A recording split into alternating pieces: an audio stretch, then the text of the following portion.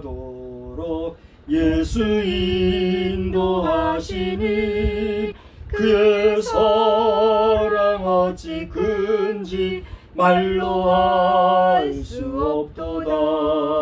성령 감화 받은 영혼 하늘 날아갈 때에 영영 부를 나의 찬송 예수 인도하셨네. 영영 부를 나의 찬송 예수 인도하셨네. 아멘. 전능하신 아버지 하나님, 우리가 이 세상에서 살아갈 때에 성령의 인도하심과 이끄심을 받아 살아가다가 이후에 하나님의 나라 갈지라도 또한 성령의 이끌리심을 받아 이제까지 살아온 것이 주의 은혜라고 고백할 수 있는 우리의 믿음의 온전한 백성들이 다 되도록 주관하시고 인도하여 주시옵소서. 아멘. 지금까지 함께 오셨던 하나님 앞으로도 함께 하시고 언제나 에베네셀의 주님은 임마누엘로서 마지막 주 재림하실 때까지 우리와 함께 하실 줄 믿고 감사를 드립니다. 아멘. 혹여나 우리의 의지가 연약하고 믿음이 유약하여 넘어지고 또 쓰러질지라도 순간순간 우리를 어루만져 주시사 성령의 능력을 공급함을 받아 그때그때마다 성령의 세례를 받음으로 말미암아 온전하여지고 새 힘을 낼 수 있는 저희 인생들이 다 되고 특별히 우리 믿음의 백성들이 다 되게 하여 주시옵소서. 아멘. 이 밤에도 말씀에 은혜 주실 줄 믿고 감사를 드리오며 예수님의 이름으로 기도드리옵나이다. 아멘. 아멘. 우리 한번 따라서 합시다. 의회 인사들을 생각하라. 의회 인사들을 생각하라. 다시 크게 합시다. 의회 인사들을 생각하라. 의회 인사들을 생각하라. 네, 오늘은 의회 인사들을 생각하라 하는 그런 제목으로 말씀을 증거하고자 합니다. 의회라 하는 게 뭐죠? 의회. 의회라고 하는 것은 이제 쉽게 말하면 의논하는 모임이다 이거죠. 어떤 의제를 놓고 어떤 제목을 놓고 어떤 이슈를 놓고 회의를 하는데 어떠한 자들이 회의를 하느냐? 우리나라와 같이 대의민주제 사회에서는 우리 국민을 대표하는, 그래서 국민에 의해서 선택함을 받은 지도자들이 온 국민을 대표해서 특정 주제와 안건을 놓고 정해진 의석상에서 회의를 한단 말이에요. 그게 뭐예요? 의회예요. 그래서 우리 대한민국의 경우를 정치 제도적인 면에서 이야기를 한다고 하면 온 국민을 대표하는 회의니까 그 제도이니까 어떤 정치제가 되겠어요? 대의제가 되죠. 대의제. 이제 우리 모두 국민을 대신해서 이런 모든 회의를 하고는 의회 국가다 하는 거죠. 그리고 그러한 의회를 하기 위해서 세우심을 받은 사람들을 우리가 뭐라고 해요? 의원이라고 그러는데 우리나라의 경우에는 그러한 국회 회무를 하는 곳을 뭐라고 그래요? 국회라고 하고 그 국회에 모여서 의논하는 의원들을 뭐라고 한다? 국회의원이란다. 그래서 국회의원들이 국회에서 회의하는 모든 회의는 우리 국민을 대표해서 하는 의회가 되는 거예요. 그래서 우리나라는 자유민주주의 국가인데 이렇게 대의제를 통해서 국회의원들이 국민을 대표해서 회무를 진행하기 때문에 의회민주주의다 이렇게도 말하는 거죠. 그렇죠? 그런데 우리나라가 지금 우리나라 현재 국회가 몇 대 국회죠? 21대인가요? 20대인가요? 하여튼 뭐 몇 대인지 모르겠는데 우리나라 국회가 지금 현재 국회 안에서 국회의원들이 국회 안에서 이 의회 민주주의의 대의민주제 속에서 정말 국가의 세우심을 받은 국민의 세우심을 받은 그런 의원으로서 정말 양심과 자신들의 책임과 의무를 다하고 정직과 성실과 근면을 따라서 역사 앞에 부끄러움 없이 의원으로서 역할을 다하고 있는가? 라고 하는 질문에 대해서는 누가 알 수 있을까요? 본인이 알고 역사가 알고 우리 국민이 아는 거죠. 그러니까 이 모든 시간들, 이 모든 세월들, 이 모든 그 역사는 다 흘러가지만 흘러간 그 모든 역사의 뒤끝에 그들의 흔적은 다 남을까요? 안 남을까요? 남는 거죠. 물론 다 남지는 않을 겁니다. 기억에서 지워버려지거나 잊혀져 버리거나 일부러 삭제해버리거나 아주 비겁하고 나쁜 인간들이죠. 지옥 백성이 될 수밖에 없을 거예요. 그런 인간들은. 우리 국회의원들 가운데 자신의 부정함을 지워버리는 사람들은 회개하고 이제라도 당신의 영혼의 구원함을 받으시기를 바랍니다. 나는 목사이기 때문에 그렇게 여러분의 영혼을 불쌍히 여겨서 하는 얘기예요. 여러분이 이 세상에서 거짓말하고 부정하고 숨기고 감추고 나서 천국 갈 것이라 생각하지 말아요. 하나님은 반드시 심판하시고 예비된 지옥불로 던져버릴 겁니다.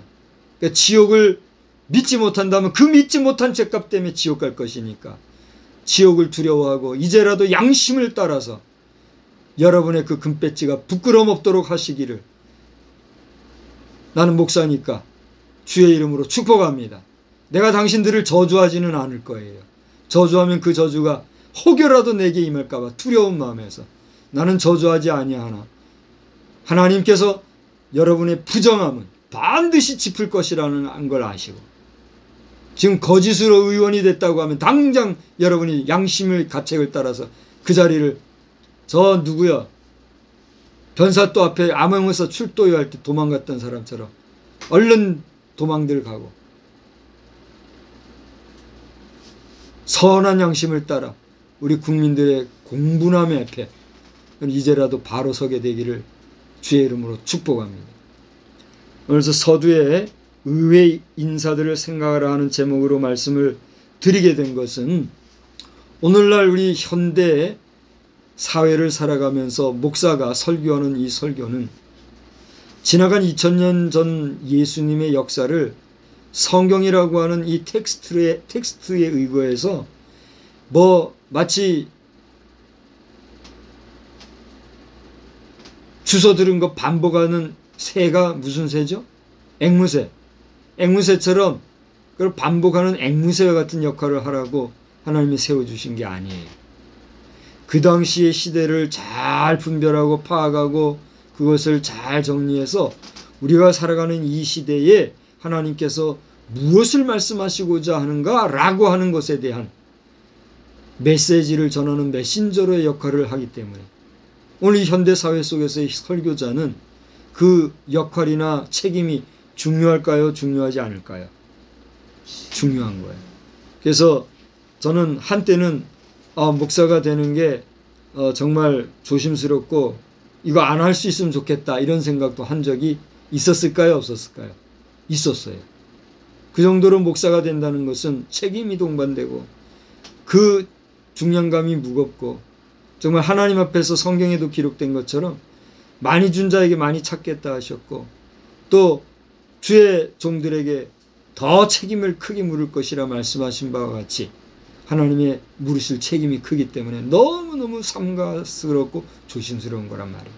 그러니까 이것도 알지 못한 채 그냥 무늬만 좋아 보이니까 목사가 되겠다 나서는 사람들이 있다고 하면 미안한 얘기지만 목사직을 내려놓든지 아니면 목사가 되려고 하는 허탄한 허황된 꿈을 꾸지 말고 먼저는 하나님 앞에 철저히 자신을 발견하고 하나님의 소명이 분명한가, 그걸 내가 하나님의 소명을 수행할 만한 준비가 되었는가를 스스로에게 묻는 가운데 날마다 자기를 쳐서 복종하는 십자가의 도에 온전히 헌신하는 믿음의 백성이 되기를 주의 이름으로 축원합니다.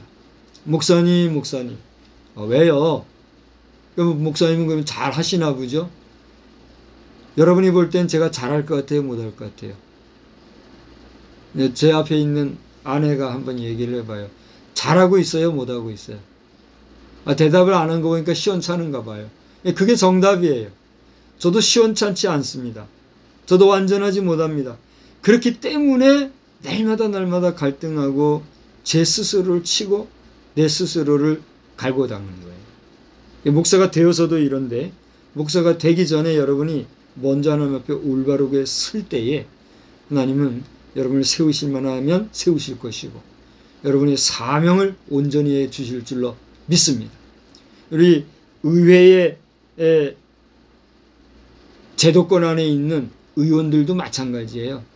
저들이 그 자리에 있겠다라고 했던 것은 그 자리에서 정말 국민을 위해서, 백성을 위해서 헌신할 만한 그런 정치적인 역량과 소양과 실력과 지식이 겸비된 자라고 하면 마땅히 그 자리에 가 있어야 되겠죠. 그러나 권세를 잡고 권력을 행하고 또 그 높은 위치에서 어떤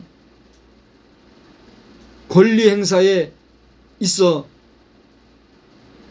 최고의 위치를 점하겠다라고 하는 그런 권세 정치주의적인 사상을 가지고 그 자리에 있다라고 하면, 다시 한번 말하거나 그것은 그 자신에게도 저주가 되고 우리 국가적으로도 매우 매우 유감스러운 일이라는 것을 우리 온 국민은 알고 있어요? 모르고 있어요?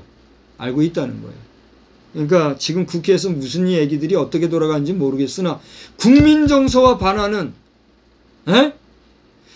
절대 다수의 국민들의 생각과는 다른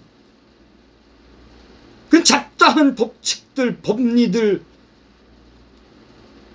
이런 것들을 법제화하면서 자신의 이름을 내려고 하는 추악한 행동들은 우리 의회 의원들은 향후 절대적으로 그리하지 않아야 될 줄로 알고 하늘과 땅이 바라보고 있고 여러분의 양심이 여러분을 꿰뚫어보고 있다는 사실을 알아서 이제라도 과욕을 버리고 죄악된 길에 서지 않게 되기를 다시 한번 주의 이름으로 성중히 부탁을 드립니다. 오늘 본문의 내용은 마가복음 9장을 우리가 보았는데, 여러분이 잘 아시는 내용으로 이 내용은 예수님께서 이 헬몬산이라고 하는, 이게 이제 오늘 성경에서 헬몬산이라는 그런 단어는 안 나와요.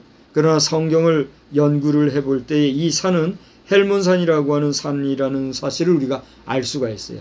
근데 이 헬몬산에 예수님이 올라가셨을 때에 1절을 보시면, 2절을 보시면 베드로와 야고보와 요한 이 세 사람을 데리고 그곳에 올라가셨어요. 그곳에 올라가셨는데 거기에서 예수님께서 그 제자들 앞에서 어떻게 됐다 그랬습니까? 변형되었다 그랬습니다. 여러분, 변형이 뭡니까? 형태가 변한 거예요. 모습이 변했다는 얘기예요. 그러니까 모습이 예를 들어서 무슨 뭐 공상과학 영화에 나오듯이 온몸이 탁 녹아가지고 이상한 막 괴물이 되고 이런 변형을 했다는 것이 아니라, 우리 모든 베드로, 야고보, 요한 같은 똑같은 성경을 지닌 인간의 모습을 하고 계셨으되 그 몸이 정말 그냥 쳐다보기에는 눈이 부실 정도로 그 몸에서 광채가 나고, 그리고 그 거룩함이 아주 평소의 일상 모습과는 다르게 변화가 되었다 하는 그러한 내용이다 하는 것이에요. 이게 변형이 됐다 그러니까 무슨 뭐 모양이 변형이 되고 뭐 모습이 이상하게 바뀌고 동그란 모습이 네모가 되고 이런 식이 아니라, 그 신체를 통한 이미지, 그러니까 이 주님의 그 거룩성이 사람의 시각, 사람의 눈으로 볼 때에도 아주 아름답게 보였다라고 하는 거예요. 제가 감사한 것 중에 하나가, 생전 처음 보는 분인데도 뭐 이렇게 조금 이렇게 지내다 저 혹시 목사님이세요? 그런 얘기를 들을 때가 제가 있어요. 그럴 때는 닭살이 돋을 정도로 감사하기도 하고 섬찟하기도 하고 고맙기도 하고 미안하기도 하고 막 그런 마음이 들어요. 이게 무슨 얘기냐 하면, 뭐 제가 저의 의를 드러내려고 하는 게 아니라 저뿐만이 아니에요. 우리 목사님들이나 뭐 우리 뭐 저 교수님들이나 의사 선생님이나 이런 특별 전문직을 가진 분들이 대체 그런 게 있잖아요. 보면 뭔가 모르게 품위가 있고 품격이 남다르고 뭔가 말하는 거나 행동이 다른 일반 범인들과는 차이가 있어 보인다, 이런 말을 할 때가 있잖아요. 그와 같은 거다 하는 거예요. 예수님이 여기서 변형됐다라고 하는 것은 베드로와 야고보와 요한이 볼 때에도 평소에 보기보다도 무언지 모르지만 그 거룩함과 거룩성이 나왔다, 이런 얘기를 하는 거란 얘기예요. 그런 변형된 모습으로 거기에서 이제 예수님이 제자들 앞에 서셨는데 3절을 보니까 뭐라고 그랬어요? 그 옷이 광채가 나며 세상에서 빨래하는 자가 그렇게 희귀할 수 없을 만큼 매우 희어졌더라 그랬어요. 그러니까 사실적으로 또 구체적으로 예수님이 어떻게 변형되어지셨고 어떤 모습으로 제자들의 눈에 보였던가 하는 것을 보여주고 있는 것이죠. 근데 이때에 분명히 예수님과 함께 올라갔는데 거기 보니까 예수님 외에 또 2명의 형체를 하고 있는 사람이 있는데 가만히 보니까 누구더란 말이에요. 한 사람은 모세요, 한 사람은 엘리야의 모습을 하고 있더라는 거예요.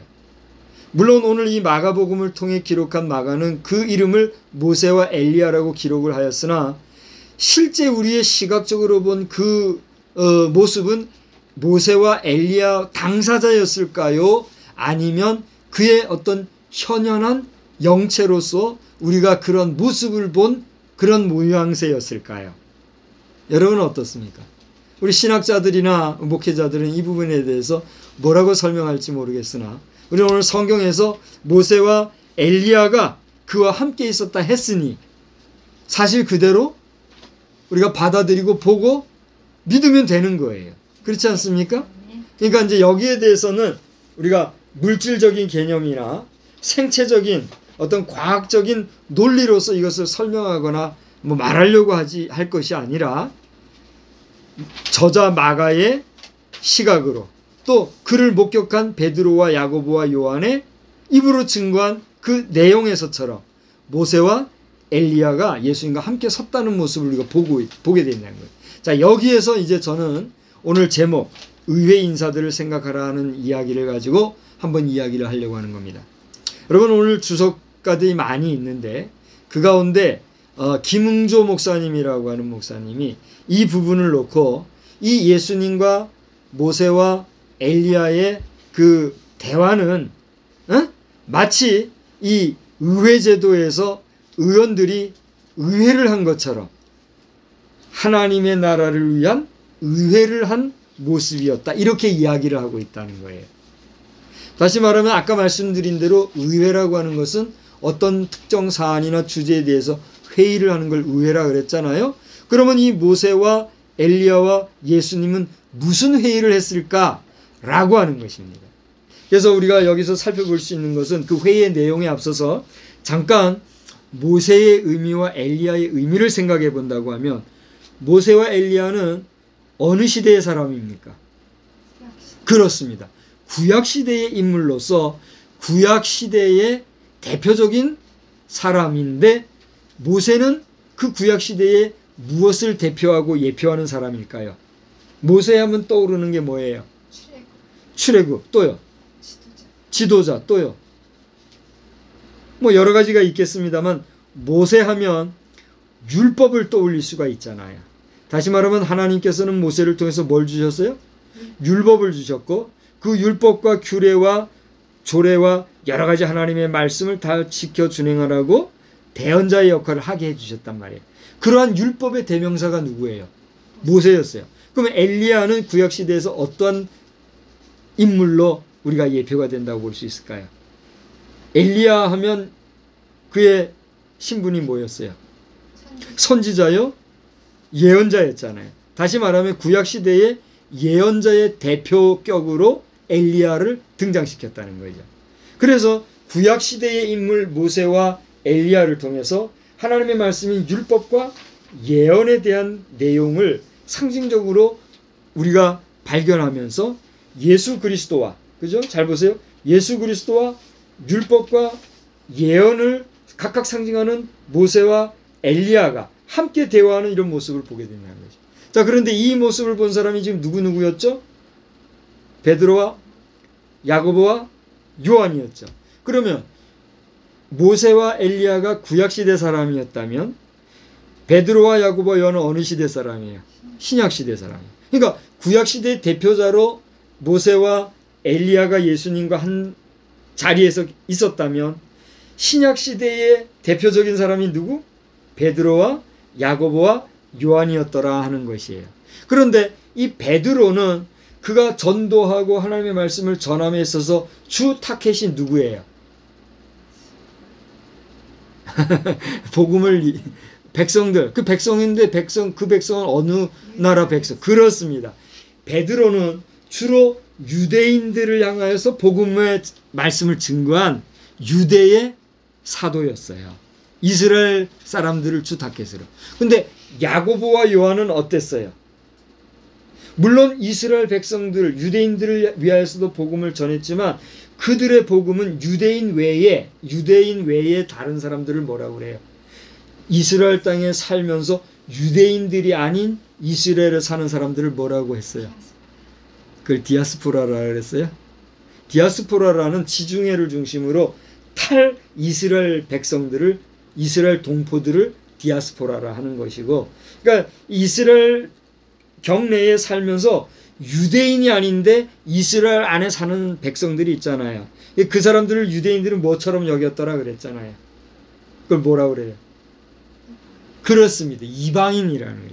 다시 말하면 유대 공동체, 이스라엘의 12지파의 그 피부치에 있지 아니하였던 이스라엘 경내에 살았던 모든 이방인들, 예? 그들에게도 뭘 전했어요? 복음을 전했어요. 누가? 야고보와 요한이. 뭐가 이거예요? 왜? 야고보가 왜 아니에요? 일찍 순교를 하였으나 그 복음이 이방인들에게도 어떻게 됐단 말이에요? 전해졌단 얘기예요. 다시 말하면 야고보의 그 순교가 예수의 복음을 들은 이방인들에게도 전해져서 예수의 복음을 듣게 된 역사가 흘러넘쳤다는 거죠. 그러니까 신약 시대의 베드로와 야고보, 요한은 크게 대별을 해볼 때 유대인 선교를 위해서 혹은 이방인 선교를 위해서 각각 쓰임받은 대표적인 인물이었다라고 하는 거예요. 그러니까 자, 이제 저를 다시 주목해서 잘 보세요. 지금 이 헬몬산 혹은 변화산이라고 하는 이 산에 예수님이 지금 신약을 대표하는, 뭐 이들을 신약을 대표한다고 우리가 단정을 지을 수는 없어요. 그죠? 그러나 12제자들 가운데서도 특별히 선택해서 3명을 대표격으로 데리고 올라갔다 얘기해요. 그래서 거기에서 구약의 대표적인 인물인 모세와 엘리야의 그 임재를 저들이 함께 보게끔 함으로써 그 자리에서의 핵심적인 인물이 누구예요? 예수 그리스도로서 이 자리에서 저들이 나눴던 회의 내용, 회무 내용은 무엇이었을까요? 예수님의 구속사건, 예수님이 장차 죽으실 것과 부활하실 것에 대한 내용들을 거기에서 다루셨더라라고 하는 것이, 그것이 오늘 우리 읽은 성경 말씀에 보면 다 나오고 있어요. 자, 우리가 아까 2절에서부터 쭉 보았잖아요. 근데 이런 회무가 있다 보니, 자, 저를 한번 보세요. 하다못해 제가 이제 원우회를 했잖아요. 원우회를 하나 해도 보면 원우회에서 대표를 뽑잖아요. 대표를 뽑으면 대표가 몇 사람이 돼요? 몇 사람 되잖아요. 한 10명 남짓 되잖아요. 그러면 수십 명의 원우회를 대표하는 사람들이 되니까 이 대표자들은 원우들의 생각과 의견들을 어떻게 해요? 대표로 조율하고 이것을 가지고 이 원우를 대신해서 학교 당국자들이나 학교 행정가들과 뭘 해요? 대화를 하고 또 조정도 하고 이들을 대표하는 일을 하잖아요. 그러니까 좀 특별해요? 특별하지 않아요? 특별하잖아요. 그러니까 남들이 볼 때 어떻게 해요?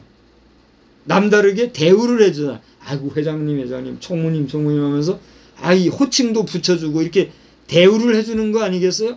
또 저 같은 경우는 학교에서 또 뭘 줬어요?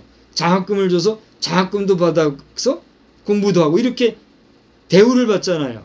하다못해 하나의 클래스메이트 안에서의 임원만 돼도 그러한데 생각을 해보세요. 수백만 수천만의 국민을 대표하는 의회 의원들이 그 자리에서 섰을 때 어떤 마음을 갖겠어요? 착각할 수 있기 딱 십상인 거죠. 마치 뭐라도 된 것 마냥 그야말로 작은 나라 왕이라도 된 것 마냥 행세하겠어요? 안 하겠어요? 하게 된단 말이에요. 그 심정, 그 마음을 이해할 수 있어요? 없어요? 할 수가 있단 말이에요. 그렇잖아요? 그런데 그걸 말하려는 게 아니라 오늘 이 예수님의 그 변화산상에서의 모였던 모습에서 제자들이 가만히 보니 벌써 예수님의 모습도 화려해졌죠. 정말 생전 한번 만나보지도 못했던 모세와 엘리야의 형상도 보죠. 저들이 어떤 상태가 됐을까요? 여러분, 성경을 우리가 그냥 봐서 그렇지 3절, 4절, 5절, 6절까지를 보면 7절까지를 보면 저들은 그야말로 완전 환상, 그러니까 뭐랄까 판타지야. 그죠? 그야말로 어떤 말로나 글로 표현할 수 없는 그런 엄청난 희열에 빠진 거예요. 그러니까 당장 나온 반응이 뭐였어요? 여기 4절, 5절을 보니까 어떤 얘기가 있어요? 아, 선생님, 우리가 여기가 좋사오니. 그 다음 뭐라고 그랬어요? 초막셋을 짓되 하나는 주를 위하여, 하나는 모세를 위하여, 하나는 엘리야를 위하여 합시다. 그러니까 이들은 이 바닷가에서 뼈가 굵은 사람들이잖아요. 그리고 이 일상생활에서 생활력이 강한 사람들 아닙니까? 그러니까 초막 하나 짓는 것 정도에 우스울 거 아니에요. 저같이 아무것도 할 줄 모르는 이 손재주 매주인 저도 초막접을 하면 질 수 있겠잖아요? 네, 하는 거 봤잖아요? 그러니 이 사람들은 얼마나 잘 하겠어요. 그러니 그 정말 신기한 장소를 떠나고 싶지 않고 그것을 유지하고 싶으니까 아이, 우리 여기다 초막셋 짓고 여기서 영원히 삽시다, 이렇게 나온 거예요. 이해할 수 있어요, 없어요? 이해할 수 있었던 거예요. 그런데 예수님의 그 의회 자리가 된 그 회무장소에서의 내용은 아까 말씀드린 것대로 어떤 내용이라고 그랬어요? 그렇습니다. 예수님의 그 구속사를 위한 당신의 죽으심과 또 부활하시어서 하나님의 뜻을 이루어야 될 것에 대한 이야기를 하시고자 했던 거예요. 그러니 그 이야기를 할 때 예수님의 심정은 어려울까요? 어렵지 않을까요? 참 어려운 시간이었던 거죠. 그런데 베드로와 야고보, 요한은 어땠어요? 그건 모르고 그냥 보이는 것만 좋아가지고 화려하니까 그거에 혹 빠져가지고 이럽시다 저럽시다. 그러니까 하나님의 뜻과는 무관하게 백성들이 지금 주님을 통해서 어떠한 은혜의 경험을 해야 될 것인가 라고 하는 그 엄청난 메시아적인 구속사건은 생각하지 아니하고 생각도 못하고 그저 자기들 그 카타르시스에만 젖어가지고 빠졌다라고 하는 거죠. 오늘 국회에서 국회의원 금배지 달고 들어가가지고 거기서 각종 대우해주고 존경해주고 또 뭐 이렇게 받쳐주고 하는 그런 모습에만 혹해가지고 자기 자신을 잃어버리고 분수에 넘게 활동하는 사람들이 있을까 없을까요? 있을 수 있을 거란 말이에요. 이 이야기에 대해서 기분 나쁘면 그 사람일 거예요. 그렇지 않겠어요? 아니면 왜 불쾌할 필요가 뭐가 있겠어요? 그러니까 대한민국 국회에 들어가 있는 국회의원 여러분, 뭐 200몇 명이라고 하는데 제발 덕분에 여러분 평생 그 자리에 있을 것도 아니고 정신들 차리시고 하늘과 땅 앞에 정말 양심 있게 자신 있게 정성을 다해서 여러분 임기 마치는 후에는 정말 잘했다 박수 받고 칭찬받을 수 있는 분이 될지언정 더럽고 추한 인생들이 되어서 나중에 땅을 치고 후회하는 자들이 되지 마시기를 주의 이름으로 축복합니다. 여러분들도 그렇게 응원해 주시기 바랍니다. 네. 여기 내용은 여기 12절 13절에 보면 그 예수님이 하신 이야기가 다 기록이 되어 있는 거예요. 여기에서 제가 말씀드렸던 예수님의 그 숨어있는 그런 이 회의석상에서의 내용을 우리는 충분히 살펴볼 수 있어요, 없어요? 있다고 하는 거예요. 제가 오늘 제목을 의회 인사들을 생각하라 하는 제목으로 말씀을 드렸잖아요. 이 이야기는 왜 제목을 이렇게 정했는가 하면 오늘 이 본문의 내용에서 바라볼 수 있는 것은 아까 잠깐 말씀드린 것처럼 이 성경을 강해하고 연구하고 또 이 말씀을 가지고 연구하는 가운데 기록해 놓은 이 김웅조 목사님이 이 부분을 예수님이 행하신 의회라고 하는 의회라는 표현을 했었더라니. 의회다. 이게 성립이 될까? 이렇게 생각을 해본 가운데 말이 되겠더란 얘기죠. 그래서 오늘 제자들 가운데서도 구별된 몇 명의 제자들, 또 이스라엘 모든 백성들을 대표한 제자들, 그 중에서도 구별된 몇 사람들, 그들이 신약을 대표하고 또 이미 다 하나님 나라에 갔던 사람들인데 모세와 엘리야가 그 변화산에 임재하여서 함께 신약과 구약의 사람들이 모여서 예수의 구속사에 대해서 대화를 했다. 의회라고 하는 이 단어가 합당할 수 있겠구나, 이런 생각을 하면서 오늘 우리 대한민국의 정치 현장을 한번 생각을 해보게 된 거예요. 지금 우리나라에는 어떻게 보면 혁명이 일어났다 싶을 정도로 제1야당의 중앙당 대표가 지금 새로운 인물이 선출되어서 너나 할 것 없이 모두 지금 흥분 상태잖아요. 앞으로 이 야당이 그 사람을 중심으로 정말 신선하게 새롭게 끈끈하게 뭉칠 것이냐, 아니면 여기서 완전히 또다시 분당이 되어져 가지고 대한민국 정통 야당은 이제 완전히 와야 될 것이냐, 아니면 정말 전화위복 구사일생으로 새롭게 될 것이냐. 지금 모두가 지금 힘든 가운데 있잖아요. 그죠? 근데 이것을 미리 내다보고 벌써 30년 동안을 대통령 하겠다고 나선 사람이 있는가 하면, 그래서 그 사람은 국가혁명당이라고 이름을 짓고, 또 지금은 목회자로서 이 모든 것을 예견하고 예언자적인 위치, 선지자적인 위치에서 다 내다보고 이거 희망 없다, 우리가 정정당당하게 당 구성을 해서 우리가 교회 정치도 교회 정치지만 사회 일반 국가 정치도 해야 된다, 이게 나라 살리는 길이다, 이게 교회 살리는 길이다 하고 당을 창당하려고 나선 그룹이 있잖아요. 그게 뭐예요? 국민혁명당이란 말이에요. 이게 국가를 혁명하는 게 맞냐, 국민을 혁명하는 게 맞냐 하면서 지금 혁명이 지금 노래가 불러지고 있는 때가 되지 않았습니까? 이미 제1야당은 혁명이 일어난 거예요. 그렇지 않아요? 의원도 아닌 평당원이 중앙당수가 됐다. 이게 혁명이 아니고 뭐겠어요? 우리는 이런 시대에 지금 살고 있다는 얘기예요. 그러므로 오늘 우리가 바라보고 생각하고 유념해야 될 것은, 오늘 이 하나님의 말씀을 통해서 예수님께서 신구약의 인사들과 의회 모임을 가지셨다고 우리가 말할 수 있는 그림이 이 그림이라고 할진데, 오늘 이 의회를 구성하고 있는 국회를 포함한 이 정치권의 인사들을 우리가 생각하고 그들을 위해서 유권자의 입장에서, 국민의 입장에서 저들을 위해서 기도하고 염려하고 응원할 필요가 있을까요, 없을까요? 이제 빨리 얘기해봐요. 난 할 얘기 다 했으니까. 있어요, 없어요? 그러니까 의회 인사들을 우리가 생각할 필요가 있어요, 없어요? 있단 말이에요. 그러니까 우리가 살아가면서 먹고 마시고 그냥 일상생활에 부지런히 일하고 하는 그것도 중요하지만 무엇을 위해서 하냐 말이에요. 왜 그렇게 수고하고 애쓰냐 말이에요. 그렇게 열심히 했더니 달라고 하는 거는 뭐예요?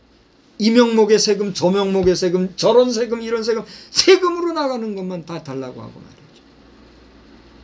세금 필요 없다는 얘기예요, 지금 제가? 세금 필요 없다는 얘기가 아니라 그 과세가 과도하면 그 뭐 하는 거예요? 국민의 혀를, 피를 빼먹는 거 아니에요? 지금 이 나라의 지도자들이 그걸 하고 있단 말이에요. 국민들은 그것을 아는지 모르는지 지금 잠잠한 것은 이 나라가 앞으로 어떻게 될 것인지 알 수 없는 그런 상황 가운데 있다는 얘기죠. 그렇기 때문에 우리가 의회 인사들을 생각하지 아니할 수 없는데 그냥 막연히 생각만 하면 돼요, 안 돼요? 어떻게 하자는 얘기냐? 야, 따라서 합시다. 의회 인사들을 위하여 기도합시다. 의회 인사들에 대하여 염려합시다.